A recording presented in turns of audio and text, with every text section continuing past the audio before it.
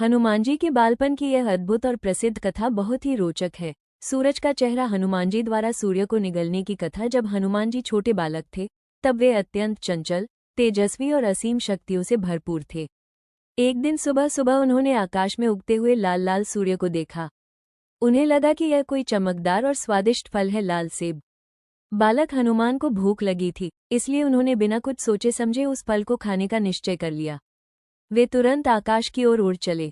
उनकी गति इतनी तेज थी कि वे सीधे सूर्य की ओर बढ़ने लगे। उस समय सूर्यदेव अपने रथ पर आकाश में भ्रमण कर रहे थे। हनुमान जी ने सूर्य को फल समझकर अपने मुख में रख लिया।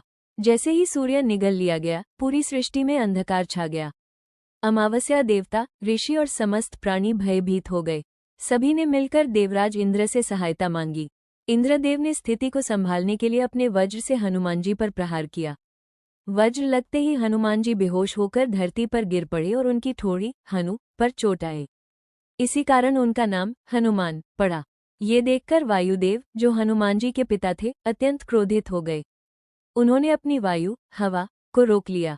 इससे पूरे संसार में सांस लेना कठिन हो गया और सभी प्राणी संकट में पड़ गए। तब सभी देवता मिलकर वायुदेव को मनाने पहुंचे। उन्होंने हनुमान जी को अनेक वरदान दिए। कोई भी अस्त्र शस्त्र उन्हें नुकसान नहीं पहुंचा सकता। वे असीम बल और बुद्धि के स्वामी होंगे। वे सदैव अमर और भक्तों के रक्षक रहेंगे। इसके बाद हनुमान जी को होश आया और उन्होंने सूर्य को वापस आकाश में छोड़ दिया।